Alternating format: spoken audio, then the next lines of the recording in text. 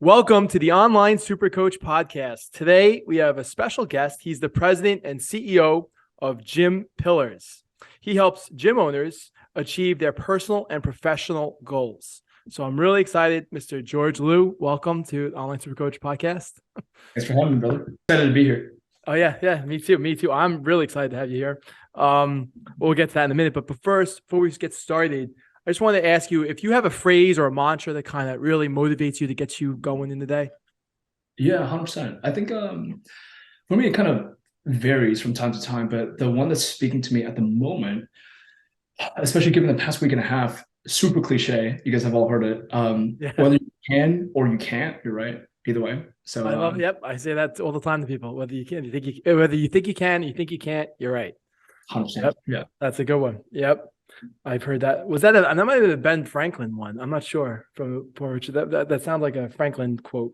Yeah. But yeah, that's a good one. So I am personally super interested in this and you today as a guest because independent of Online SuperCoach, I also have been at my gym for 22 years. I own my own health club. It's a large health club, and you specialize in helping gyms over all around the country continue to grow and scale their business. So a lot of our listeners, some of them work in gyms, some of them maybe own a small gym or some of their own gyms. Some of them, a lot of them, very many of them own a small boutique studio with other trainers involved.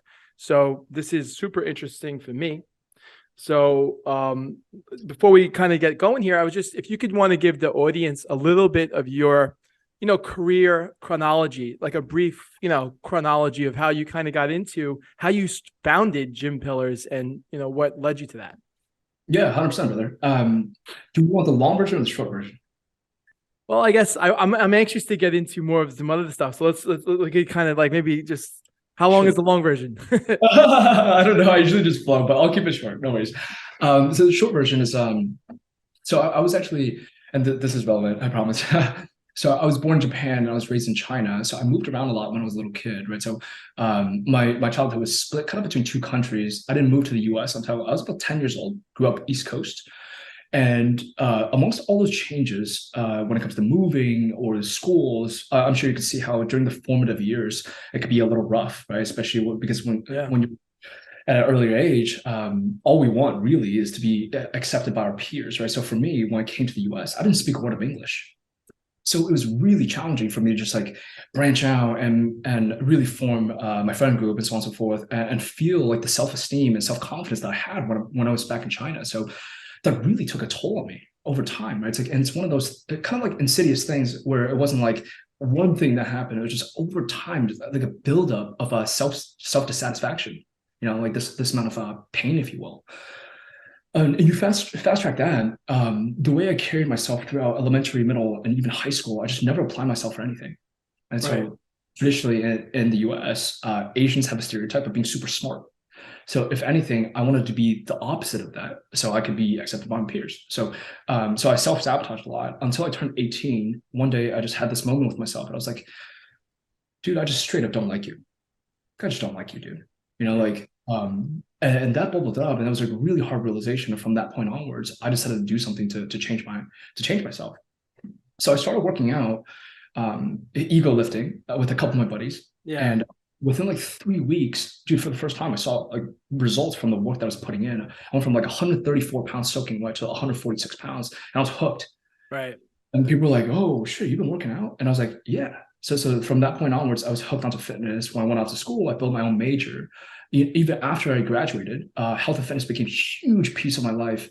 When I was in school, I built my own major. It was called Health Marketing and Entrepreneurship. So I took like kinesiology, nutrition, marketing, communication, psychology. Yeah. And then after I graduated, I had a job lined up at LinkedIn in sales. But I had like 4 or 5 months to kill. So I was like, well, let me look into starting something. And I came across this program that was teaching people how to start their Facebook ad agency for local business owners. So next thing you know, I didn't know what a sales call was back then, but like I jumped on one. Next thing I know, I dropped $6,000 into this program and I started building Gym Pillars. So that was how I got my start. Oh, wow. So what made you, so tell us about what Gym Pillars does exactly. So for the audience who doesn't already know. Yeah, so we help gym owners make money in a nutshell. Um, Candidly, we primarily serve boutique fitness studios that offer things like group fitness, whether it's a boot camp or large group or small group or semi-private and then personal training, right? So the way we go about making the money is when it comes to making money as a business, there's essentially three core components, right? It's like there's lead generation, which is how do you get in front of people? How do you get people to raise your hand? Lead generation. The second piece is, all right, well, how do you get people through the door or to show up at, let's say, like a sales appointment, whether it's a phone appointment or Zoom appointment or in-person appointment. So that's the second Right. piece. The third piece is a sales process. So once they show up, whether it's a phone, Zoom, or in person, what is the process you take them through to convert them into a long-term paying member? So Right. mix and match of those things is usually what we help our gym owners with. Okay, so let's go back a bit. So now I understand the whole lineage. First of all, I think it's so cool. Maybe I'm new or just too old at this point to understand that, but you said you built your own major, and I just find that like super interesting. And why couldn't I do that? Like, I wish like I just pick and choose and like create my own like major. So is that like a thing now that you could kind of just like major in a new category that's not even offered necessarily? Yeah. Well, when I went off to school, I actually didn't know that was a thing. So I went to like a public school. I didn't go to like an Ivy League or like anything like that, right? It's like, so my brother went to the same school and he was the one that let me know. There was like, we had a program that was called individual concentration, where it's like, you can just pick and choose. And once I heard of that, I didn't know what I want to do with my life. So I was like, Yeah. oh, let me just do fitness and then just pick and choose. And then I just built it. Well, I think that's a terrific idea. I've talked probably on this podcast before, but I talk all the time about how just even the school system in general should cater to kids' strengths. You know, I read this book called Strength Finder, and that's exactly what it does. It just says that you should identify all your strengths and and work towards a career that those strengths are super applicable, you know? So, you know, some kids are super, analytical and they should focus on something with math or whatever it is. Some people are very creative, you know? I mean, if the next Freddie Mercury is like in, what's he doing taking like, calculus, he's born to be an entertainer, like somebody like that. You follow me? So I find there's value in everybody. You just got to find where your strengths are and go towards that. And, it's nice being, having a liberal arts education. It's a nice concept, but I don't find it very practical of taking so many classes and so many subjects that are not really going to help you in the long run.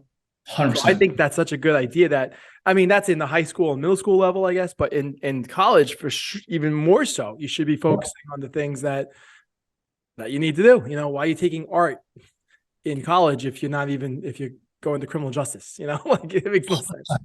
I couldn't agree more. So I think that's so cool that you could, build your own major. I think that's a great idea. Yeah, I appreciate that, man. I was gonna say it's kind of like the saying where it's like if you judge a fish by its ability to climb a tree, like a fish wouldn't be very smart, but it's like a fish is not meant to climb a tree. Right. A fish Exactly. swim, Yeah, so, everybody's a little unique. Everybody's a little different. So you help companies, you help individuals or companies generate leads, help getting the show ups to actually get them to show up, and you help with the sales process. So let's dive into that even a lot more detail. So as far as the lead generation tactics, what types of lead generation tactics are what's the most common one you're utilizing in most places? What's really effective now? Because 5 years ago, some stuff that's effective today may not have been effective a few years ago. So tell me more of what kind of strategies you're implementing today. yeah, man. Yeah, so our primary channel is still paid advertisement, right? So historically, when you break it down, there are really six different channels in which you're able to acquire customers, right? It's like you have cold outbound, where you're just sending out, let's say, like DMs or Facebook friend requests, or maybe like emails, so on and so forth. If it's B2B, right? It's like this is outside of the gyms, Right. so on and so forth. So outbound, you have earned media, where let's say you earn people's attention by putting in time, by pushing out social media posts or podcasts or anything of the sort, right? It's like, or like, let's say like any kind of social media post. So that's earned media. Like organic content. Organic content, exactly. Yeah, it's where you trade your time for people's attention, right? It's like, and you have own media, which is once people have come into your establishment or have built some kind of relationship with you, you have your own list, right? And then you have paid media, which is instead of you trading your time for people's eyeballs for attention, you're trading money, your own money for people's attention and eyeball, right? And then from there you have affiliate marketing, where it's like you form joint venture partnerships with other people that serve maybe similar people as you do. And then last but not least, you have referrals and word of mouth, right? So those six channels. And I learned those from actually Alex Hormozy, who's in the same space and started off as Yeah. I did. Gym launch. Yeah, gym launch. Yeah, so six outbound channels, and for us, we still identify paid advertisements, especially when you run it the right way, the proper way, the sustainable way. It's one of the most effective because you're able to just get leads just like that, and Yeah. from just a matter of converting them. So the paid the paid media route is where you go. So do you just essentially take some of the organic content and try to put money behind that? You come up with text ads and such and try to put money into behind that. Or are you interested? Are you all or do you go into like the paid Facebook group method where you're driving traffic into Facebook groups? Great question. So we just go direct. We roll a direct offer, right? So based on what we have seen, text-based ads, they work really well, really well, right? Because historically, when it comes to paid media, there are kind of two different approaches to it, right? So you have some people that go really deep and try to build out the perfect video and perfect copy and perfect headline, try to get everything, all your ducks in a row before you launch it. But then just to have you launch it and then realize the market's not receptive to it at all whatsoever. Because marketing is kind of like a microcosm of like building a business, right? You don't want to build your product and then try to find people. You want to find the people that want the thing and then you build it for them, right? So for us, we split test and we test very quickly with a text-based ad. So it's very low production. Like we can just like throw it on Canva, just put it together. Yeah. Right? As long as the offer and the headline, as well as the copy and the decision making is proper, you're able to get really strong results, right? It's like local brick and mortar ads. It's like not exactly rocket science, right? So we usually go that route for text-based ads, direct offer, not the Facebook group, but just direct offer, really. Just lead form. Yeah, it's like name your phone number. Yeah, grab the phone numbers. So is it often selling training, or is it you usually selling like gym memberships or just like group training packages? Like what's like the most common thing that you help people do? Yeah, so packaging the offer is super important, right? Because when it comes to what people want, what we have found through tests over and over again is if you were to offer, let's say, something like a free week or free 7 day, free 3 day classes or a free class, that will yield like probably twice as high in terms of cost per lead compared to an offer that's like a front end program, like whether it's 30 day, 28 days, 6 weeks, 8 weeks, 12 weeks, like 30, 60, 90 days, whatever you want to call it, right? It's like package an offer that you feel good about and which you can throw in, right? It's like traditionally, I'm sure people have heard, it's like, it's not anything new. It's like, if you're able to throw in things like exercise, like however you provide that service, whether it's group training or personal training, so on and so forth, then nutrition, right? It's like you bundle it up and you're able to offer different things, accountability, or maybe add another layer of like technology or community or maybe the online component, right? It's like then you're able to bolster up an offer that sounds much more appealing than otherwise if you were to split it up into just one. So usually we start there, because when we start there, we're able to get cost per lead to be like half as expensive than if you were to just float out a free week. So it's like a different, unique offer. I ideally try to differentiate it, you know? Right. So you're a big proponent of text ads over the other ones, you know, like video or something else. So once you do the text ad, what kind of call to action CTA do you like you go for? Because I guess that leads into the next question I wanted to talk to you about, because you said the next part that you really try to help businesses focus in on is getting them to show up for either the appointment or the call or whatever it is. So I was just curious, how do you do that? How do you get them to then show up or actually come in or, you know, convert? Yeah. So the call to action, so when you ask call to action, are you referring to on the ad specifically or Yeah. call to action? Okay. Yeah. On the ad specifically. That's what I meant. Yeah, on the ad specifically, super simple. Just learn more. Click learn more. So Click so when learn more. Yeah, so like, hey, like if that resonates with you, click learn more to for us to reach out to you to see if this can be of help to you, right? And our team will reach out shortly. And then when they click learn more, a form pops up in which they're able to usually autofill name, email, phone number, right? And you can throw in a question at the beginning. It's like, hey, what is your biggest challenge in health and fitness at the moment? Right. So that gets a little bit more buy-in, right? Yeah. So that's usually the call to action we use. Usually on the ads, at the end of the ad copy, I like to throw in like PSs to get people to think about why now, right? So something that I had, so a set of copy I had written up, I think a year and a half ago, it's still like one of the highest performing set of ad copy that I have ever seen, and I've seen other people use it as well. At the end, it's just like PS. At this point, you have a couple options, right? Option one, pretend like you didn't read anything you just read, right? And just keep scrolling and keep pushing your goals off and push it off to the next day, next week, next month until you feel like things are the right time. Right. Or option two, you do something about it because you recognize that there's a version of you that you haven't tapped into. So if that's you, I want you to click learn more below, just for us to see if we're able to help you out. Because like, Love it. something like that, right? So by the time people, because when it comes to ads, when you dive into the human psychology of it, the point of the text-based ads, if it's like a stock photo of an ad, people will just be like, it's an ad, right over their head. Right? It's because people attention spans are shorter than ever. So you got to get people to stop scrolling, first of all. So when you get people to stop scrolling, oftentimes you'll have ideally, once people stop scrolling, they may read the headline or they may just start off from the copy. They click learn more, and you want to have long form copy. Once you read the long form copy from top to bottom, you traditionally have one out of three people that click the learn more button, right? So you want to have the copy written in a way where it's like you're just expecting people to read it in full, right? You want to have as much of an emotional impact as possible, and that's usually what get people to convert, right? It's like, hope that helps. It does help. So how long are these text ads? Is it just like a couple of sentences, or is it like a kind of a little bit of an extended thing? I think in terms of characters, I think ours is about like 1800 to like 2100. I like to really push the boundary. Wow. Wow. That's pretty significant. Wow. That's a real text. It's a real text ad. Okay. And Yeah. then just for the audience clarification wise, there's so many different ways to market on, Meta, but are you referring to like, is it like, what's it called? Is it the Facebook forms? Yeah. So on Facebook, it's called the Facebook lead forms. The ones that, Facebook lead forms, right? So essentially, once they click it, then it kind of populates or automatically, right, with the clients, with the person who's clicking's information, and 100%. then it's much easier way to convert. It's a very little friction.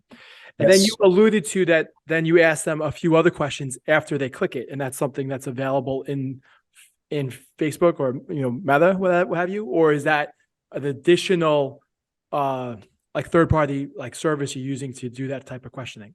So Facebook actually allows you to do that now. Yeah. So they allow you to throw additional questions in there. They're always making changes and updates, which Yeah, is yeah, which is why sometimes it can get a little confusing, right? It's like when the interface, so on and so forth. But you can actually throw in a question now. It's like, for example, like, what is the biggest challenge you're experiencing in fitness right. at the moment? It's like, so that gets people to have it be top of mind. Usually we just throw in that question. You can also, if you want, we tested this out for our B2B ads, where you can ask initially a question that can qualify people, right? So like, for example, for us, it's like, our first question would be like, are you a gym owner? Right. Well, if they answer no, it's like cool. Like we don't let them pull it out and then just Yeah, yeah, redirect. yeah. But then if they are, it's like okay, cool. Like maybe we can help you. Like let's Right. see what you know. So how many questions do you usually ask in that section? For B2B for us, we ask like three questions because we've identified the three different qualifiers in terms of what's important to us. However, for B2C, we usually just ask one, which is like, hey, what's your number one challenge Gotcha. with health and fitness? And I 'Cause think the PS thing is so awesome. I think that's such a great idea. It really just gives them a little bit more food for thought. It's like, so I People think know they that's need to do it, like people know they need to take care of their health, but it's just like, yeah, tomorrow, tomorrow, tomorrow, tomorrow.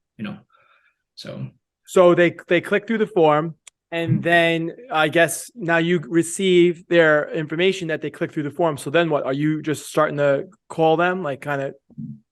ideally, 100%. So with what we're doing right now is so when it comes to lead nurturing specifically, I mean, you can text them, you can call them, you can email them, right? It's like I would highly recommend against emailing. Highly recommend against emailing, just because I mean, at best, the open rate's like 50%. At best, maybe 70%, right? It's like that's as high as I've ever seen, like in terms of an email rate, an email open rate. But usually it's like if it's 30%, if you think about it, like seven out of 10 people just don't see emails. So Right. so then in that case, like text, ideally as soon as the person opts in, you want to have a text that goes out immediately, right? To introduce you for who you are, and you can build automations around that, right? It's like and furthermore, the other piece is if you're able to prioritize speed to contact, there are two rules. So we've shifted our models quite a lot the past like year and a half, and we've learned a lot. But um, so when we're teaching, for example, how to do lead nurturing properly, there are a couple of things that we highly recommend. Number one is speed to contact. If you're able to double dial within the first 90 seconds, that'll be really powerful. Right. So again, the chance of you catching them, especially on the second call, is going to be much, much higher. So that's best practice across the board. So double dial. And then if you're not able to do that, call them twice a day for the first 5 days. Now, some people that might be hearing this, as they might be thinking, it's like, oh wow, that's really aggressive. Right? It's like, however, when I look at the most top-notch businesses when it comes to lead nurturing, it's like they're willing to lean much more on the side of aggressive than not.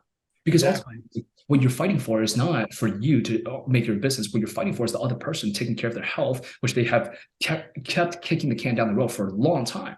So Right. they come out because they wanted to do something about it. However, it's hard. So that's what Exactly. you're fighting for, you know. So Well, I 100% agree with so much of what you were saying there. I mean, I have those kinds of discussions all the time with people, of our clients, and they're always afraid to being a little too aggressive, but you're not even getting in touch with them now. You didn't sell them yet. So it's right now, if you do nothing, it's a non-sale. yeah. So you might as well keep going until, like, what's the worst case scenario that they, if you do nothing right now, it's a non-sale. So you have to go forward, in my opinion. I don't understand why. I just don't understand that logic of being concerned that it's too aggressive, but you hear that all the time. And I love how you have it broken down. The speed to contact. So you want to kind of contact them within 90 seconds. You could set up some kind of automation. So you want to do the text first and then try to call them right away after that. Is that what you do? Ideally, yeah. If they don't pick up, call them twice. 100%. Double tap. Double tap, always double tap.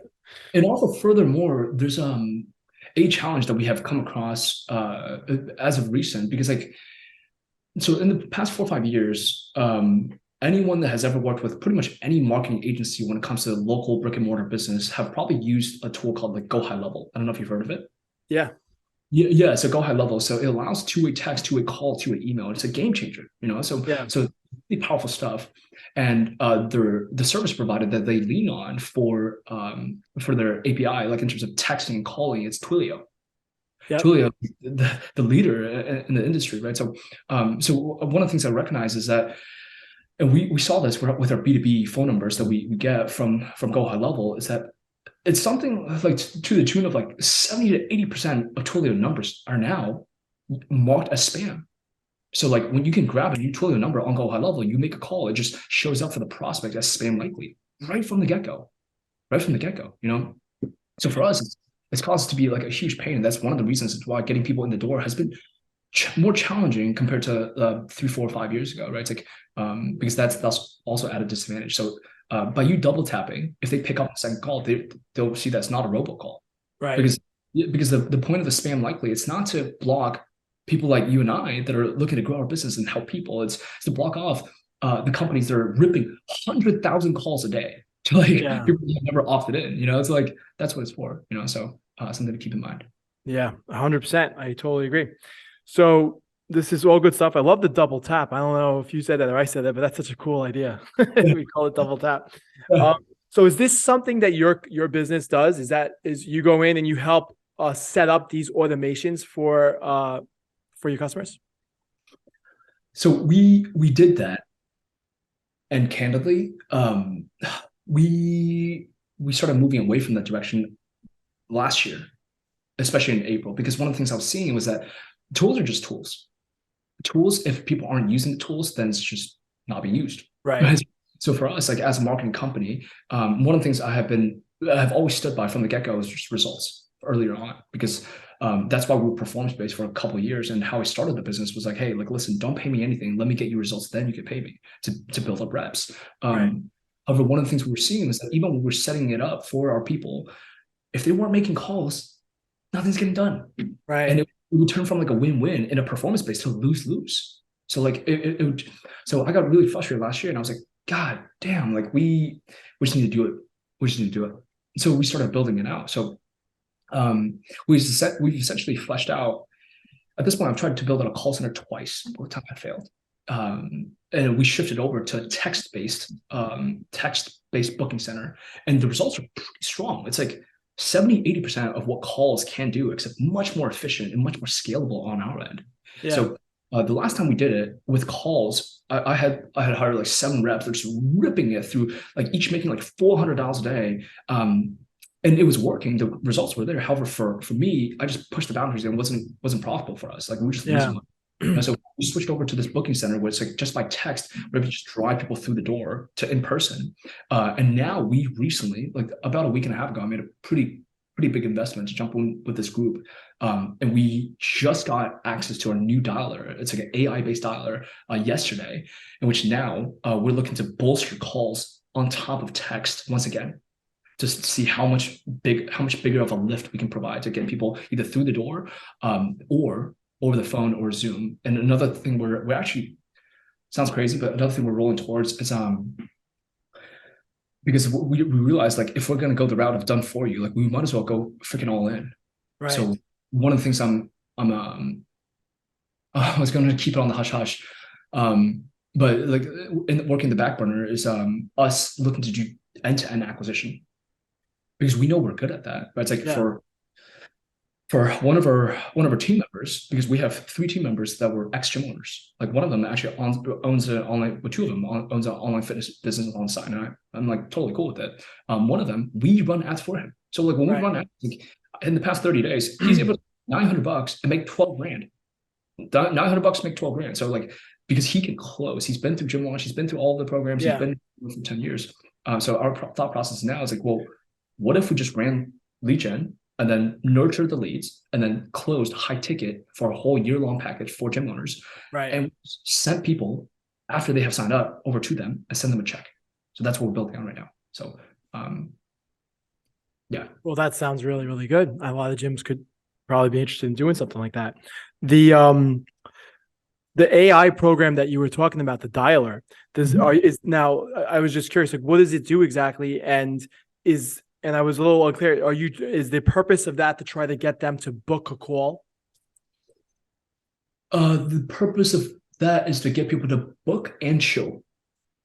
I gotcha. Yeah, ultimately, so the AI-based dialer has 2 main functions, right? It's like in terms of benefits. Number one, in order for us to get access to that, we actually partner up with this group to get us to be de-risked by the big telephone companies. So our phones, instead of it being marked as spam, they just pop up as a normal phone number. So that's good. So I think that alone will be a huge help in terms of what we're able to do for our customers. That's number one. The second piece is the AI-based dialer. And I'm still new to this, so I got access. Well, I jumped in with it about a week and a half ago. So we're still learning the details and intricacies. Gotcha. No, I understand. I appreciate the candidate. Yeah. 100%. However, the major benefit is that it's likely going to be programmatic dialing based on what I understand. So a person just has to click play and just like it'll double the call time. Yeah. So if you think about it like this, like a full-time setter, like an appointment setter, that's whether it's booking for in person or over Zoom, if they are able to be on the phone for, let's say, 2 hours a day, 2 hours on the phone, that's strong. That's strong. I think that's usually what we're able to see, like 2 to 3 hours, if they're having like 15, maybe even 30-minute qualification calls to really set the appointment. However, with an AI-based dialer that we would be using, it could double it. It could get the call time up to 6 hours. Wow. So a person on the phone for 6 hours a day. So instead of needing 2 reps, you only need 1 rep that's a rock star and just on this dialer to just book appointments and get people to show up. So that's a huge main benefit. Can you share the name, or you not want to yet? The name of the AI dialer? Yeah, I'll be super candid. It's air.ai. So Caleb Maddox. Cool. Cool. Yeah, that sounds well, I'm interested to hear how it works out. I know it's still in the infancy stage with you with that, but that sounds great. So so you don't really so besides that, you get them on the phone, but let's say you're not getting them on the phone. There's no subsequent messages or text messages or emails or anything like that you do to try to book or schedule a phone call where it's like a scheduled time, like a meeting time with, I guess, your sales rep. Is that, do you have that incorporated into one of this process or the automations? Yeah, we definitely. So last year when I tried to build out the call center, it worked, but it didn't work as well as we wanted to because it wasn't sustainable. So I brought a new team member on board. His name's Matt. He has very deep, he was a gym owner, and he has a very deep negotiation skill set such background because he spent a lot of time and money, personal investment just to learn it. And he was able to build out our texting system where we would have consistent text that goes out and just re-engages, very human and very non-robotic, that just gets people to just respond. Yeah. So we have that system that's able to be used to book people for in person. And just with that system alone, I mean, we out of 100 leads, like we can drive about 10 people through the door just from the text. So now we're looking to turn that into, we'll add dials to the mix, and we have been, just to see how big of a lift that could yield. So That sounds great. That sounds great. So I love how you have so many of the intricate details here really figured out and honed in, and it's such a scalable operation. I think you're doing terrific. So talk to me about the sales part of it. So we went through the lead generation stuff. We did the booking a call, getting in touch with them, showing up. Now, once they finally, you get them on the phone or they come into the facility, what's the secret sauce to sales? Which do you have? You prescribe to a specific sales philosophy out there? Is it like a straight line thing, or what do you got? I believe in the straight line because I mean, typically, like sales does take place in the form of just like ideally one direction, right? It's like once you're Yeah. leading all. However, the process that we use is, I mean, we kind of just sell people straight to their goals, right? So Gym Launch has done it, right? So we've seen it work, so we know that works, and our team members have used it. So like we kind of teach a process very similar to that, in which you're just sitting down candidly, getting to know the prospect in terms of where they are, where they want to go, and just map out a plan for them. And when it comes to sales, I mean, once you dig deep to understand it, you really get to understand like sales is just sales, right? It's like and played at a very high level, essentially what you need to be able to help a person with. It's not you doing something to someone, it's you walking along this path with someone where you're there, you're just listening to understand. You're showing compassion for what they're going through, right? So where are you? Where do you want to go? What's the gap? Right? It's like, and what are all the different ways if you try to go from point A to point B? Right? It's like, did you take a plane? Did you bike? Did you swim? Did you so like what are all the different vehicles that you have taken to get from point A to point B? That hasn't worked, because if it did work, they wouldn't be on the phone with you. And diving deep and asking the question to be able to understand what the point A looks like and point B looks like, have them paint such a visual picture that you can see it in your head for exactly what point A means to them and what point B means to them. And the deeper you go into the specifics and you ask the questions, the further the point A and point B gets, because people feel the internal tension and pressure of this gap that they have within them, right? Because the number one human need that people have is the need to remain inconsistent with their identity, right? So once you're able to see and point out the gap in terms of where they are and who they aspire to be, they feel that internal pressure within them. You're not doing anything to them; they already feel it within. So you just have to ask questions to get to understand them. And traditionally, there's probably like a piece of doubt in terms of like whether they believe they can get there, whether it's like it comes internally or it comes externally, whether they think the thing that you're talking about will help them get there, right? Or whether they think they can get there on their own. And ultimately, you want to really understand like just their goals, big picture goals, what it means to them, and also a huge piece, which is consequences of inaction. See what we call COI, right? It's like, hey, listen, Mary, like, I mean, Right. based on what you're telling, and this sounds like a personal question, but it's like usually when you dive like 15, 20 minutes into a call, you're able to get enough context in terms of what that person has been through. And if you're listening with intent, it gives you it gives you the ability and authority to be able to ask different questions for the prospect, right? So like for me, like in a cost-based question, what I would ask once we dig deep into this flow is like, I would just, let's say 25 minutes in, and I would just be like, hey, like Mary, like, this might be like a little bit of a personal question, but I mean, what you're telling me is that the past 4 years now, right? It's like you have been struggling with this, right? It's like, we are currently the heaviest we have ever been. And we don't want to be there, right? It's like, holiness didn't necessarily help, right? It's like, I mean, I know you tried all these pieces. However, I'm just wondering, like, have you considered what things would be like if things continue for another 4 years if we didn't do anything about this? Have you thought about that? Right? It's like, and naturally, like, it's not you doing something to Mary. It's like you and Mary getting to sit down and be like, hey, like, have we explored this path? I don't want to. Have you thought about it? You know, and then when you ask the question in that way, she opens up and she's just like, fuck, I can't do that because this is my health is important to me. You know, so like, so those are just like when you have to get deep in there, you know. So and sales is sales. And at the end, it's like you as the expert prescribe whatever you believe will help them get from point A to point B. And you earn that by caring about them. You know, you earn the right by caring about them. That's it. That's my philosophy. Well, it's really, really, really, really good stuff. I did skip over one other thing I wanted to ask you, because I am somewhat familiar with the Facebook forum leads and whatnot. And if if some people have done that before, they may have had varied success with it because of the quality of the leads.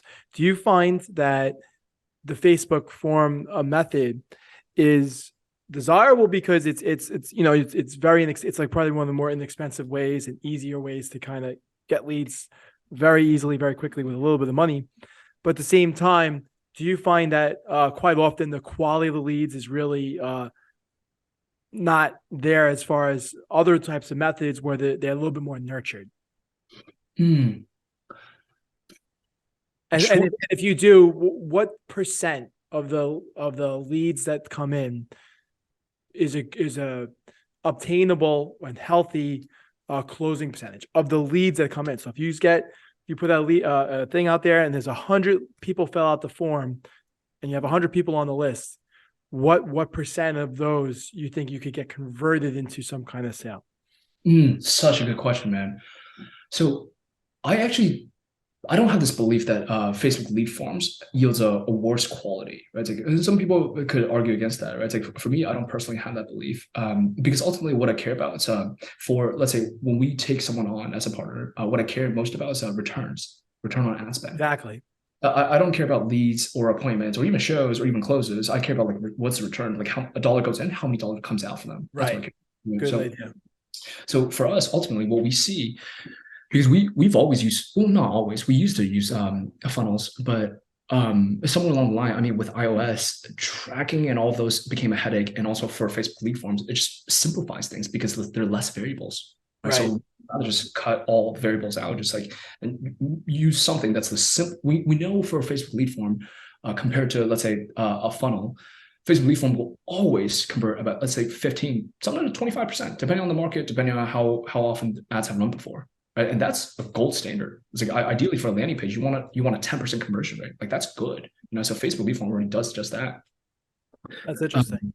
Yeah. So the next piece is I'm actually building out a video right now, just like an asset for us, where I outline just the performance metrics in terms of what I see now. Because what was preached, let's say 4 or 5 years ago, commonly was in fitness, there's a rule called 50-50-50 rule. Right? It's like you get 100 leads, you get 50 appointments, 50 shows, and half of them show, and then half of them close. Right. So that's how it went. And I wish the world was that linear. Yeah, and it was like that, right? And I still hear people talking about that, like the good old days. However, like things have shifted big time, right? So based on what we have seen, and I haven't seen anyone talk about this because we see the data. And that's no longer the case, right? So traditionally, if that was good, that means out of 100 leads, you convert 12.5% of your leads. That was good, whether it's on lead forms or funnels or whatever it may be. Nowadays, if you're able to do half of that, that's really good. Yeah. If you convert like 6 to 7%, what we see as a gold standard is like 6 to 7% of your leads converted. That's strong. Yeah. So because over time, marketing will get more expensive because it's an auction-based system. right? It's like, and maybe until like TikTok opens up, well, at least for gyms, opens up geo targeting, and then we jump in there, and then the lead cost comes down, right? But like Facebook, Yeah. like oh, like at least for Facebook, it over time goes up. That's why we go the high ticket sales route to as insurance. Because ultimately, when you look at the really big players like Tony Robbins, Dean Graziosi, one of the things that they preach and they say consistently is that like if you want to be in the industry long terms and have success, you need to have a high ticket offer. You need to have a high ticket offer that's like $2,000 to $10,000 for you to survive. Because no one takes like when people are building a business, no one really takes into how much does the marketing cost into that equation. Right. No one does, but that's one of the most important pieces because that is what will drive the sales. You know, Yeah. it's like oftentimes, right? It's like especially depending on what level you want to be playing at. So, so for us, we don't really see a challenge with lead forms versus funnels. Usually, I would say our people close 33 to 50% of people into higher ticket sales, right? So let's clock that like 40%.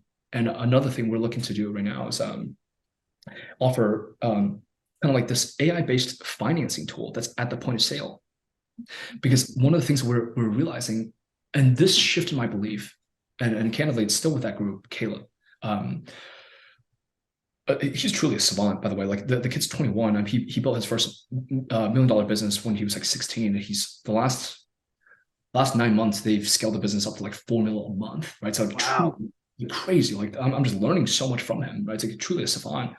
And one of the things that he's able to help us out with is AI-based financing tool, where because one of the things that he shared with me, and I looked into the data, it's something like 60% of U.S. households live paycheck to paycheck. Yeah. 1/3 of people that make $250,000 a year live paycheck to paycheck. $250,000 is like not a small chunk of change. It's Right. like Yeah. so I never saw that data before, and then once I saw that, I started understanding just how important financing is. Because what it comes down to is that it's not that people have a low income problem. That's not it. People have a I spend more than I make problem. Right. So like a budget problem. So and they just happen to not value health and wellness and health and fitness enough.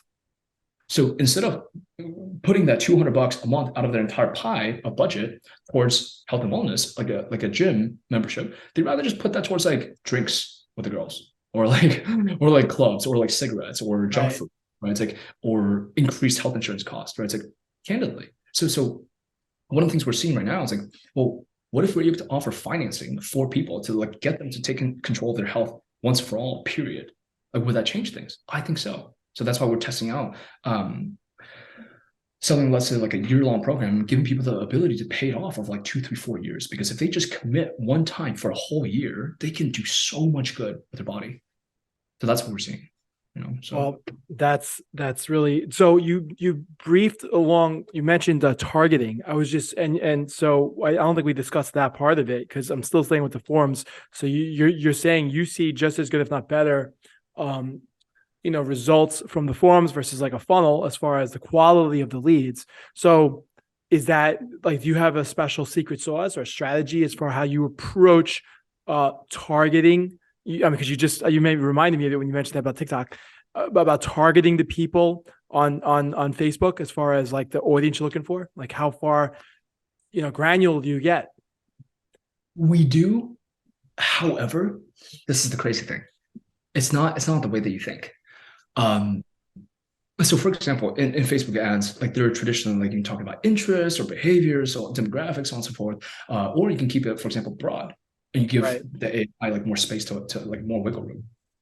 We go the latter, so we keep it broad.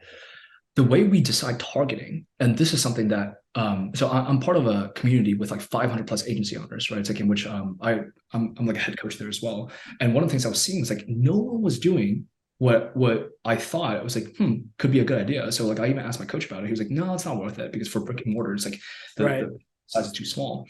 But one of the things we started testing as of like 6 months ago is like we just started tracking everything, absolutely everything.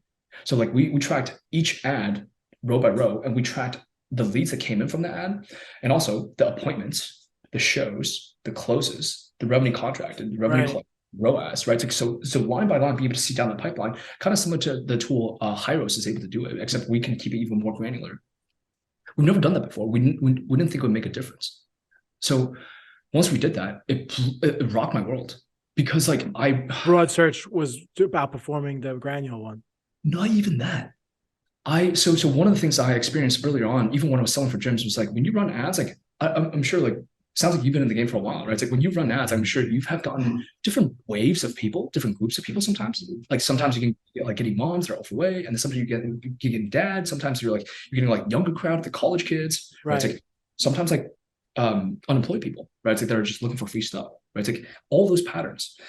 So for me, I saw that in earlier on the earlier side of my career, and I was like, I just chalked it up as like, well, Facebook's kind of like playing roulette. We've just gotten really good at playing roulette. Like when you spin it, who knows where it's going to land? But we just need to give it parameters for it to land where we want it to land, ideally.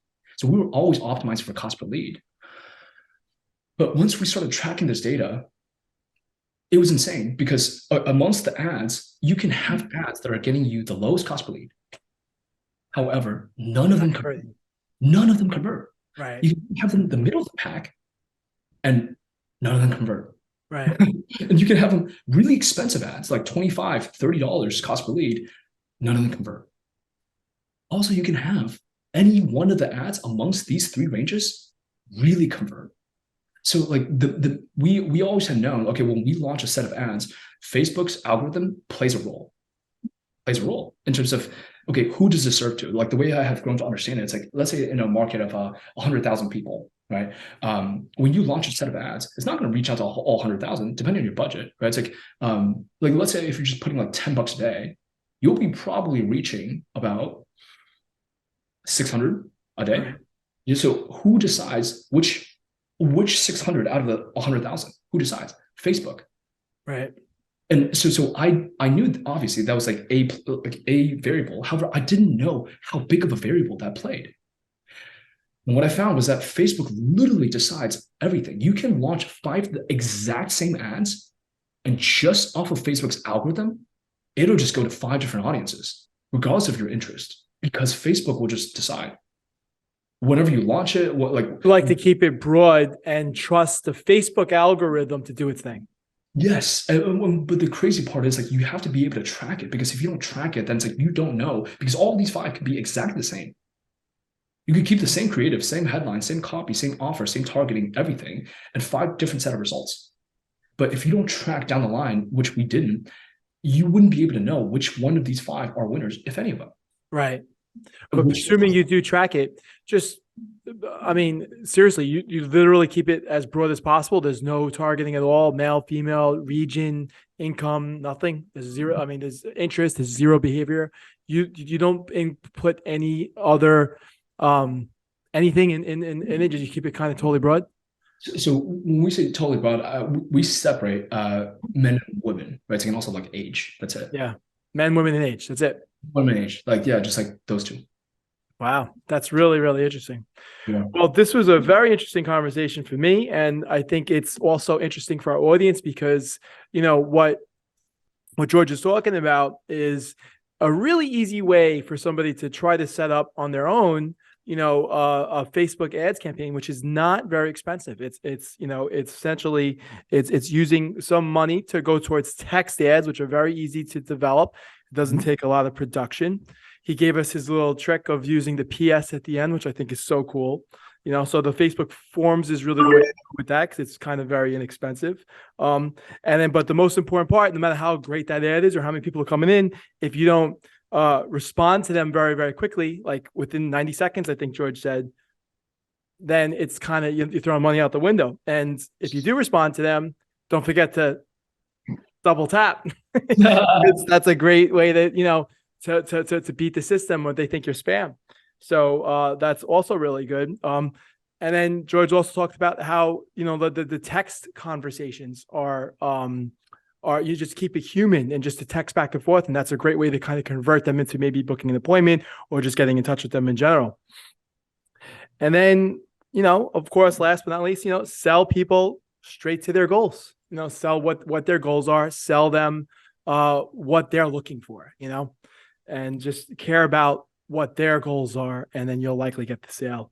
So I think this was just like such a treasure trove of information on this podcast. It really, really was. I mean, George, you were very, very generous giving away so much information. This is very, very great. Who makes an ideal candidate for you? Who would be like the ideal, perfect kind of candidate, for your business? We serve two avatars, right? So one's a little bit further along in their journey, and we call them like kind of like at level 3 or 4, like doing anywhere between, let's say, 30 to 50 grand or 50 grand and beyond, with high profit margins. And especially if they want to scale, semi-private or a large group, like that would be ideal, like with the team backing them, right? So that's someone who we can scale up very quickly. The other avatar that we serve also cares a shit tons about people. They fall under bucket, I would say, like 1 or 2, like what we call level 1 or 2, which is either below 10 grand a month. How it depends on how below, right? To get to just getting started, it'd be too early. What would be the lowest that you like to work with? It is what it is. So it is what it is. So I would say at least 7-8 grand, right? Say at least 7-8 grand. And what the reasoning behind the 7-8 grand is like how grossing $7,000 a month is yeah. And also like how, and ideally furthermore, the add-on is do you have the staff that you could potentially pull in to help you out, right? So that's level 1, and then level 2 is like between 10 and 20 grand, right? It's like so essentially staff is a big piece, right? Because ultimately, like, that's, if there's no staff, like there's no scale, right? It's like but yeah, I would say those two groups, if that makes sense. And if they wanted to get in touch with you, how could they get in touch with you? I would say, like, shoot me a DM on Instagram. So George L1022, that's my Instagram. Or book a call, go to gympillars.com, right? So we're testing a lot of things out right now. So we'll put the link in the podcast too, by the way. Yeah. Yeah. All right. Well, great. Thank you, George. This was a very interesting conversation. I found it very interesting, and I pulled out, it's a very granular, a lot of detail, but I think it's very interesting stuff. And it's a really great strategy for people, whether you're gym owners or trainers looking to get into the spending money on Facebook ads. This is really the blueprint for doing so. So I think this was a great opportunity. You gave a lot of treasure information here. Well, thanks again for coming in today. I really appreciate it. And good luck with your continued success. Thanks, brother. Thanks for having me. Appreciate it. No problem. Yeah.